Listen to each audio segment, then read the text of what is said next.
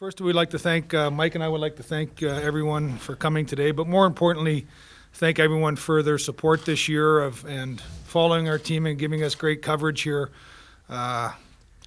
We're a small part of the community, and you guys talking about us and reporting on the players and putting St. Louis in its best light nationally is very appreciated from both of us.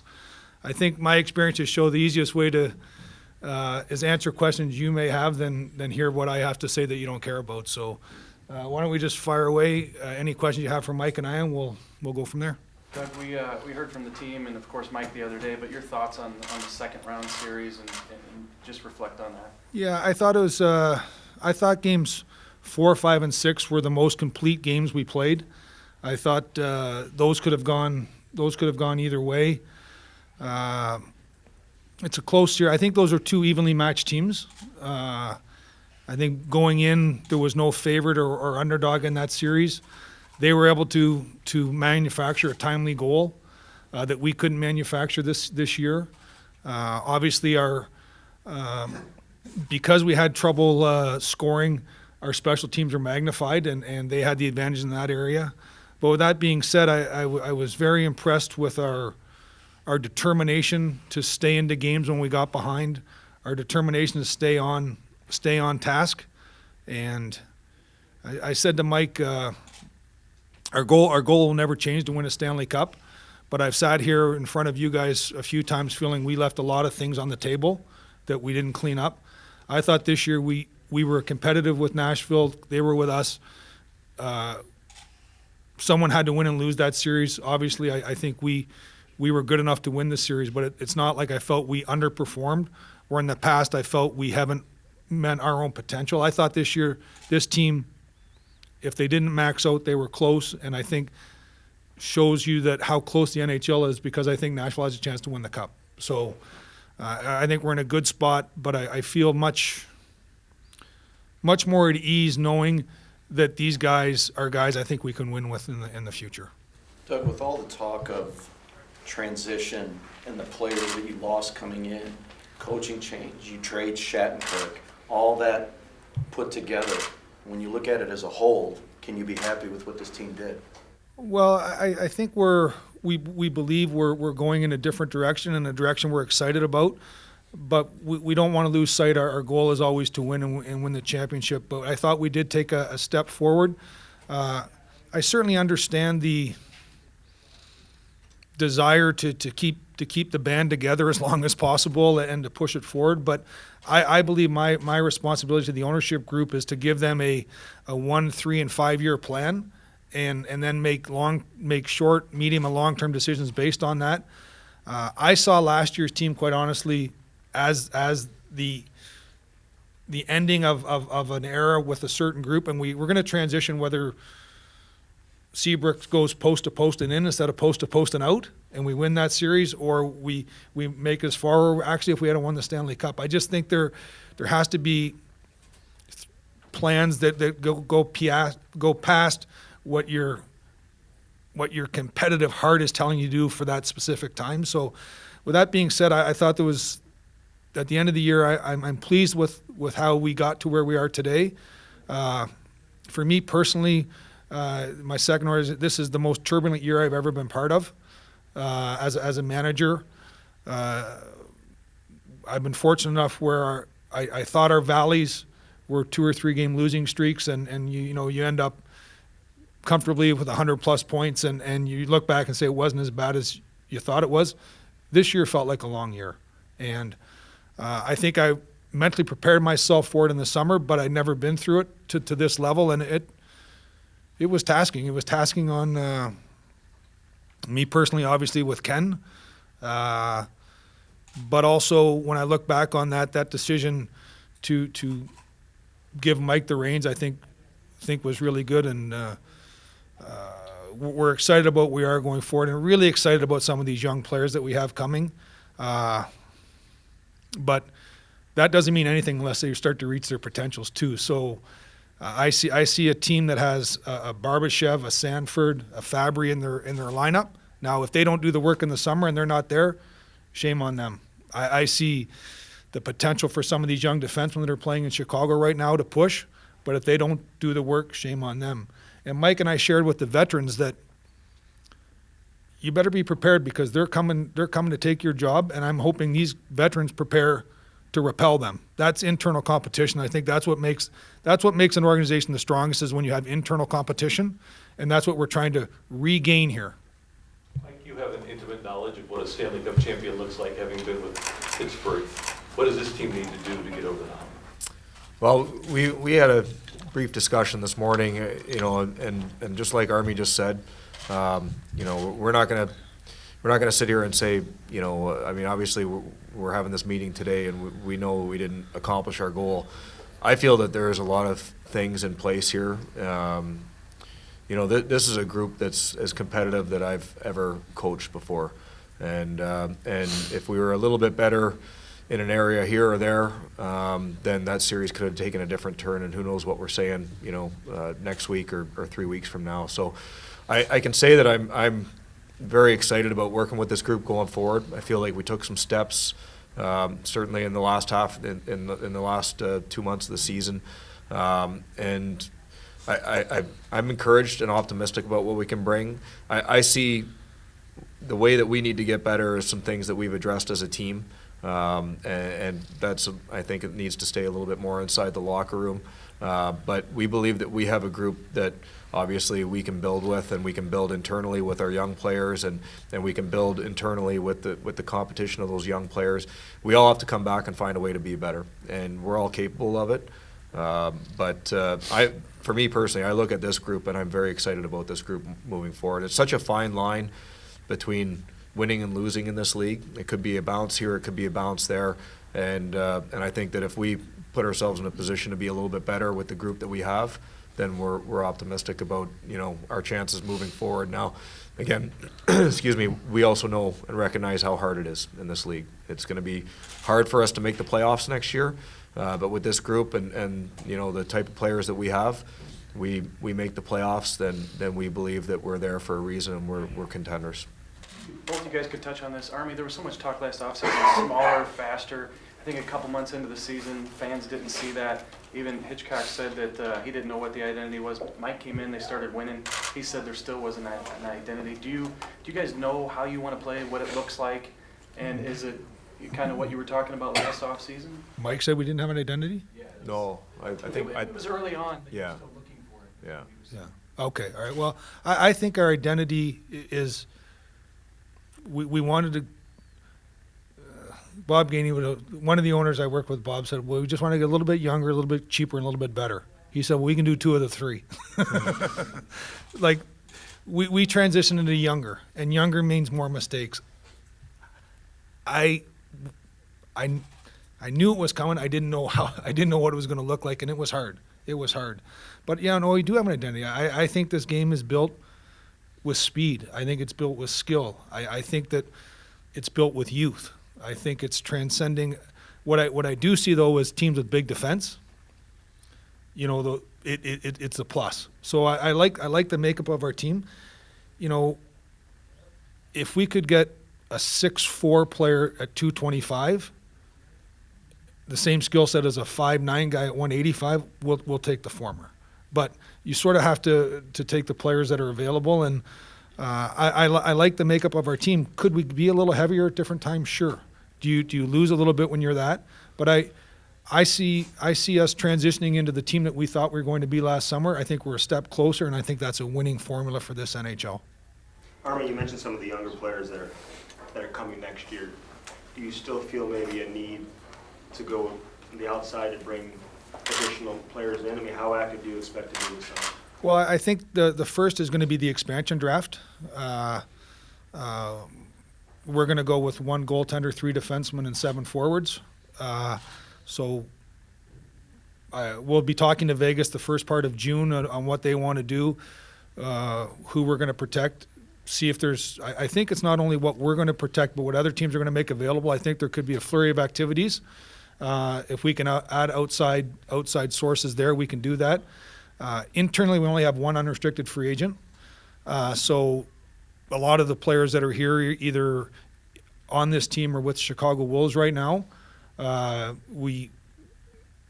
we're not going to have a lot of holes outside of that one unrestricted free agent. So if we can improve our team via trade, the old stock line, we always look at it, blah, blah, blah. But I think the core of this group is going to be the core that we're going to move forward with. Do you have an update injury-wise in terms of what guys may be looking at here this offseason? Yeah, I got a long list yesterday. We have nothing that's really that serious. I think 6 weeks is going to cure a lot of what the guys have going on. Alex Steen was probably the one that was playing with the greatest discomfort with a broken bone in his foot. And then Murphy's Law, he also got a slap shot in the same foot in a different area. So he battled through stuff. I think Yakupov had surgery in the first round that was going to keep him out another probably 4 weeks. So he would have been a potential player in the finals. Other than that, I don't think there's any more surgeries that we know of today. Guys are getting more MRIs on some things, but it doesn't seem like there's going to be a lot that's going to prevent these guys from training quickly enough to be prepared for next season. Story coming out of Russia about Tarasenko, there's not or how would you characterize your level of concern there? Zero. Mike and I met with Vladdy today. I think it was a little bit lost in the translation from the Russian agent to the Russian coach to the Russian media to how it came across. I tell you, I saw it yesterday too, and I was wondering. So I called him, and he just said, "No, I've got issues, but nothing that's going to need surgery, and we're working on his issues. He's a big man that plays big minutes, that goes against the other team's most physical top players. So I'm not shocked he's not feeling great today." And Robbie Fabry's on track.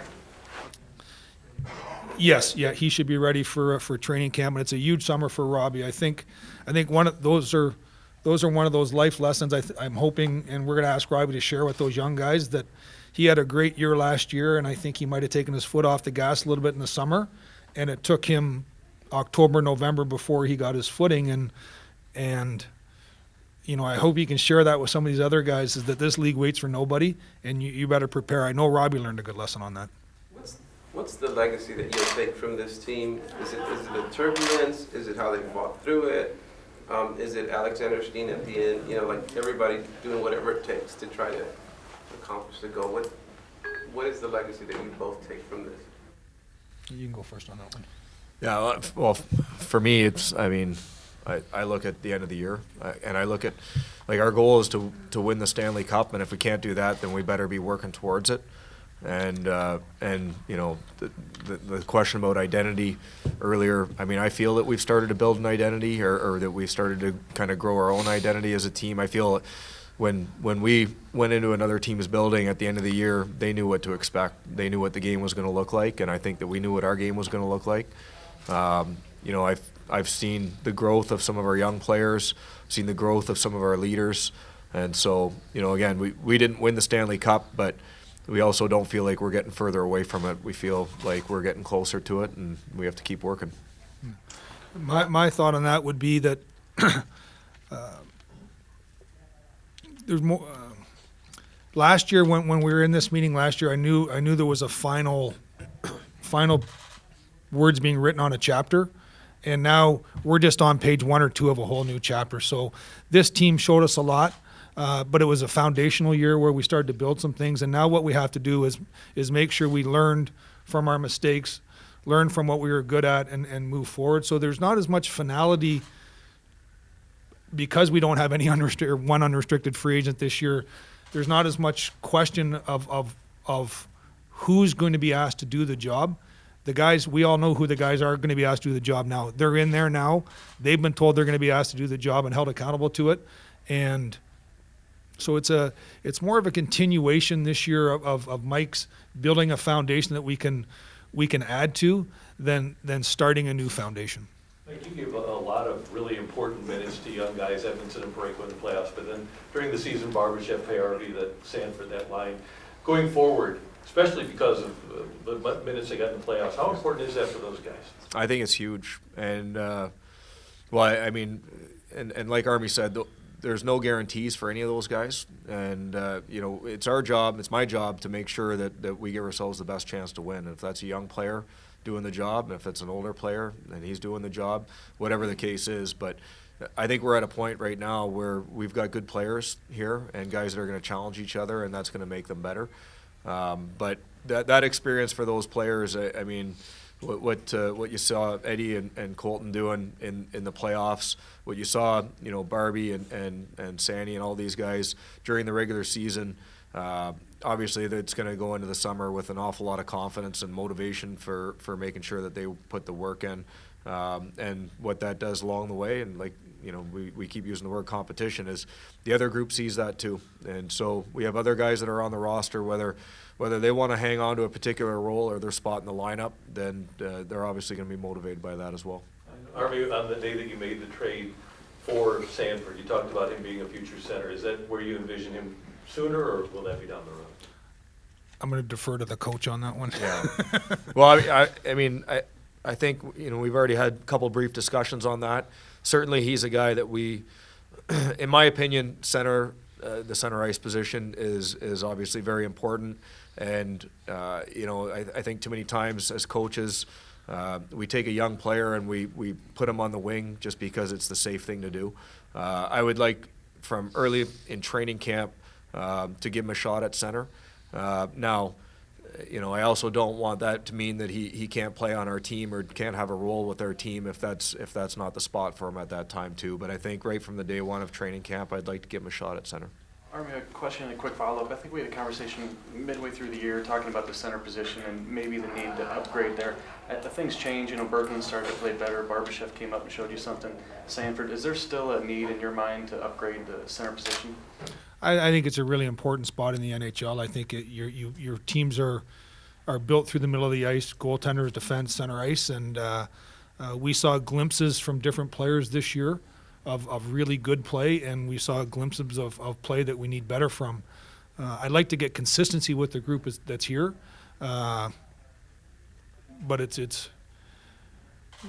you know, finding that big center is like finding Sasquatch. They're hard to locate, and we're never going to stop trying. But you look at the free agent pool that's out there this year, and it is a rob Peter to pay Paul league, you know, so I want that center. Okay, well, here's that piece going, and then, okay, now I need that piece. It's not the good old days back in the 90s when all you had to do was just go tap on the owner's shoulder and say, another 6 or 7, please, and he'd give it to you, and you go get that center. Doesn't work that anymore. You got to work under a cap. So, but we're going to try. We're always going to try and improve our team. I do think center ice is a huge position for any team. Quick follow-up. I just had a conversation with Laterra. He said he was very disappointed in his season. Any thought as to why things just didn't work out for him and how he can bounce back and be a player that we saw a couple years ago? I think he can bounce back. I think we're going to have to talk to him about what's he done the last 2 summers and what can we help him to do different to be a good player. When that decision was made to give him an extension, he had played 1 year in the league. He had close to 50 points.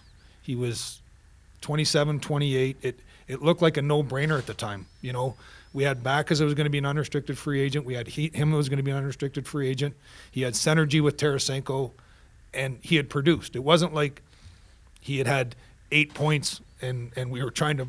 I just thought, you know, you're going to get a 50-point player for the next 3 or 4 years. That if he gets to 60, 65, awesome.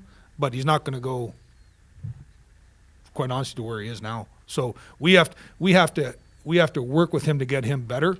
But he has to get better, and it's our responsibility to help him though. Like that's the exciting part, I think, for the coaches and the management, is that we're here to help these guys, whether it's strength and conditioning or style of play or whatever. But if they meet us halfway, we'll be there to help them.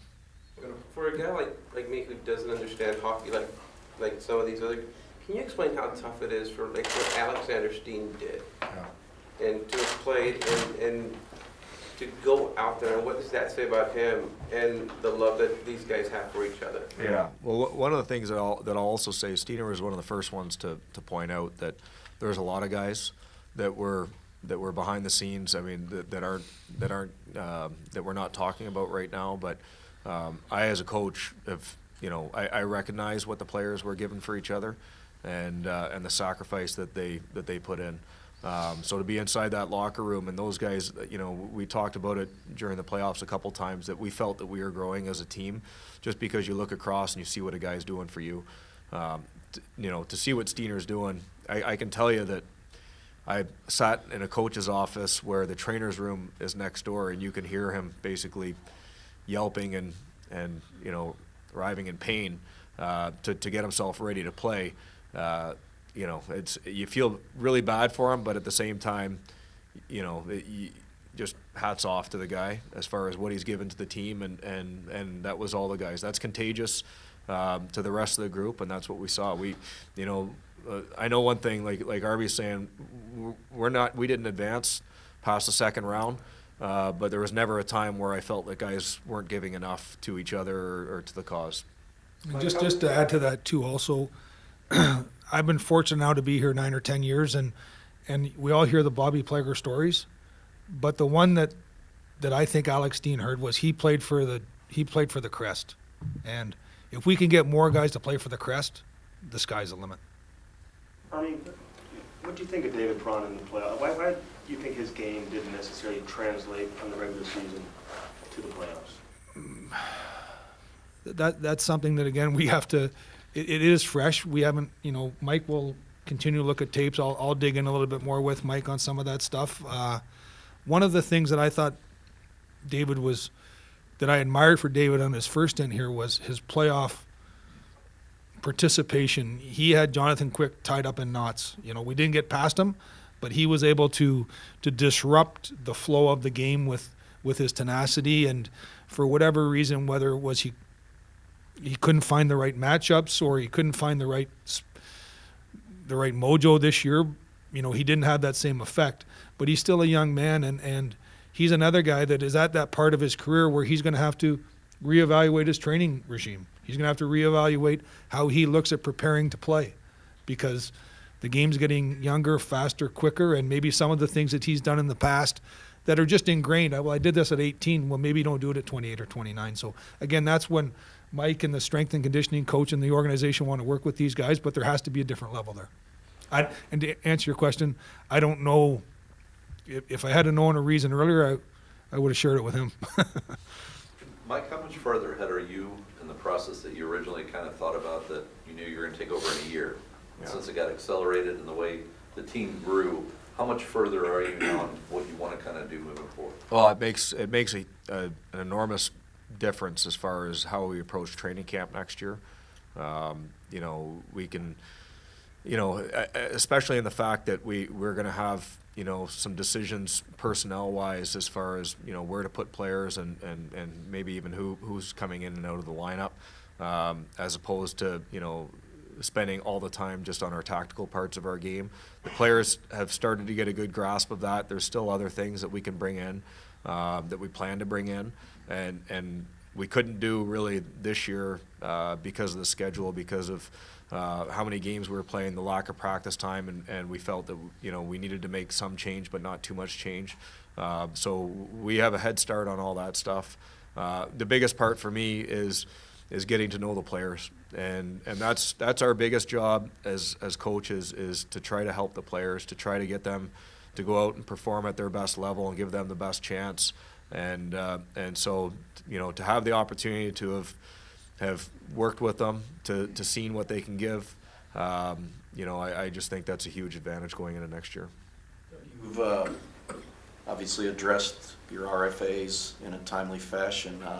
Is Parayko a guy you'd like to get done sooner rather than later? Yes, he's a little bit different than most players come out of their entry level, because he can select salary arbitration and we can. His contract will be done by the first part of August, one way or the other. Army, do you see, along those lines, is he a guy that you'd try to get something done long-term as opposed to the bridge deal? Yeah, he's someone that I want to sit down with he and his agent, see what's important to him also, I believe he's a cornerstone player that we could go long-term with if it works out economically for him. Term-wise for us, there's a lot of moving parts, and again, when we look at our 1, 3, 5 year, it's going to be a much more openness as we move forward with some of these players that are in their early 30s, contracts expiring coming up. There's a bigger chunk of change that's going to be there. So we have what we have to try and do is we'll be a cap team. We're very close to a cap team, and we got to try and fit as many good pieces in there. But there's a fine. But he's here long term. Whether it's long term on shorter deals or long term on one deal, he's a cornerstone. Like getting Sabotka in late in the season, obviously made a big impact. What was the benefit of getting him in and what he meant for your team here? Well, first off, you see how difficult it is to score in the playoffs and how difficult, every inch of ice that you try to gain in the playoffs is. You add a competitive player like that, a guy who can win one-on-one battles, separate guys from pucks both offensively and defensively. I just use the word he's a gamer. He's a guy that shows up and he's going to find a way to make a difference. He factored in on both special teams, found a way to make a difference when games were on the line. He's a guy that I'm excited about working with going forward. That's for sure. Doug, was that bringing in a guy that late? Was that a gamble on your part, or how did you? No, I've tried that for a few years actually. Knowing the character of the man, I knew, and all cards on the table. I went to our leadership group and made sure they were acceptable of him, coming in at this time, and he left here as a great character guy, and he came back as a great character guy. It was a business decision on all sides. But I was excited to have him. I was excited to have him come back. And one of the things that I give our ownership group a lot of credit for was they hung in there with us to hang in there with him. We could have wheeled him for a second-round pick multiple times, but I just felt that the value was greater than that. And I'm glad we didn't. I'm glad he's here. I'm glad he's here for 3 more years. And I learned some lessons about how to deal with some of this stuff. And maybe I'll try and get more creative at different times, but you sort of, at the time you're dealing with the cards that you have in front of him, we were going to be tight to a cap. Probably my feeling at that time is that the CBA is in place for a reason, and you're not an unrestricted free agent until it says you are, and we're not going to pay you like that before. Maybe my inflexibility and lack of creativity might have hurt us a little bit at that point, but I'm going to make mistakes as we move forward, trust me, and I'm just going to try and learn from them. Can you both just kind of address the way Jake bounced back and just your strong convictions of him moving forward as the number 1 goalie? Well, I'll take it on a global approach, then Mike Yeah. can talk about the competitive part. I think when we made that decision last year, it was in, obviously, Marty up there that I talked to, and Jimmy Corsi, who I have a lot of respect for, felt that he had the talent to be a number 1 goalie. The question going in was, he's going to be a number 1 goalie without a safety net, and I thought he showed some great strides early. I thought he struggled for a little bit. I thought we had 1 game reset or whatever term I came up with that day, and then coaching change and he took off. So we see the talent, the character. One of the things that I appreciate again from ownership and from Mike is the willingness, and his teammates, the willingness to hang in there with somebody when things aren't going good, not throw him under the bus, have his support, and he paid us all back with big dividends, and I thank him for that. But now the challenge to Jake is to say, okay, we know you can do it. If you want to be a Stanley Cup winning goalie, it's to work with and talk to Marty about how he prepared every day to get that done. So I'm excited we have him. I'm excited that we have him under 4 more years of contract. I don't got to deal with that as an unrestricted free agent next year at this time. So that was when we talked about trials and ups and downs in the season. That was another one I hadn't been through in a while, and I'm really happy for Jake. And we're going to put a lot of responsibility on Jake moving forward now. Yeah, I getting coming here, obviously coaching against him both in the American League and in the NHL, and then seeing him in the early part of the year, I knew he was a good goalie. I knew he was what he was capable of, and then obviously what you don't know is necessarily how he's going to handle the the ups and downs, or the things mentally that you have to deal with when you're a starting goalie. What he dealt with this year, there's not going to be too many more things that he's going to face in his career that are going to be that challenging, and he got out of it. And now he's always going to have that. And most importantly, when games were on the line, when things were, when we needed him the most, at the most important position, that's when he was at his best. And so if you talk to Jake, he knows that he's got a big responsibility for this organization, for the group in there. He's playing for himself, but he's playing for a lot of other guys too. I'm confident that he's going to have a real good summer. He's going to be motivated. He's going to be confident going into next season. And he's a young guy that's still developing and still growing. And obviously he's a guy we're real confident with going forward. You hire a goaltending coach? Yes. Yeah, Marty's coaching career is coming to a halt. He wasn't fired, just for the record. Yeah. What are you looking for? I mean, Marty, I guess, would have a hand in that. Marty's going to take the lead on that in the sense that he knows Jake's personality. Jake's, as I said, he's got a 4-year contract. We're not going to just let Jake pick the goalie coach, but Marty knows what makes him tick, and we're going to try and find the attributes of a goalie coach that can help Jake. But also we got Husso coming, we got Hutz here, so we're going to get an organizational guy, but focused on what's going to give Jake the chance to have the best success. Are there any other changes with the coaching staff?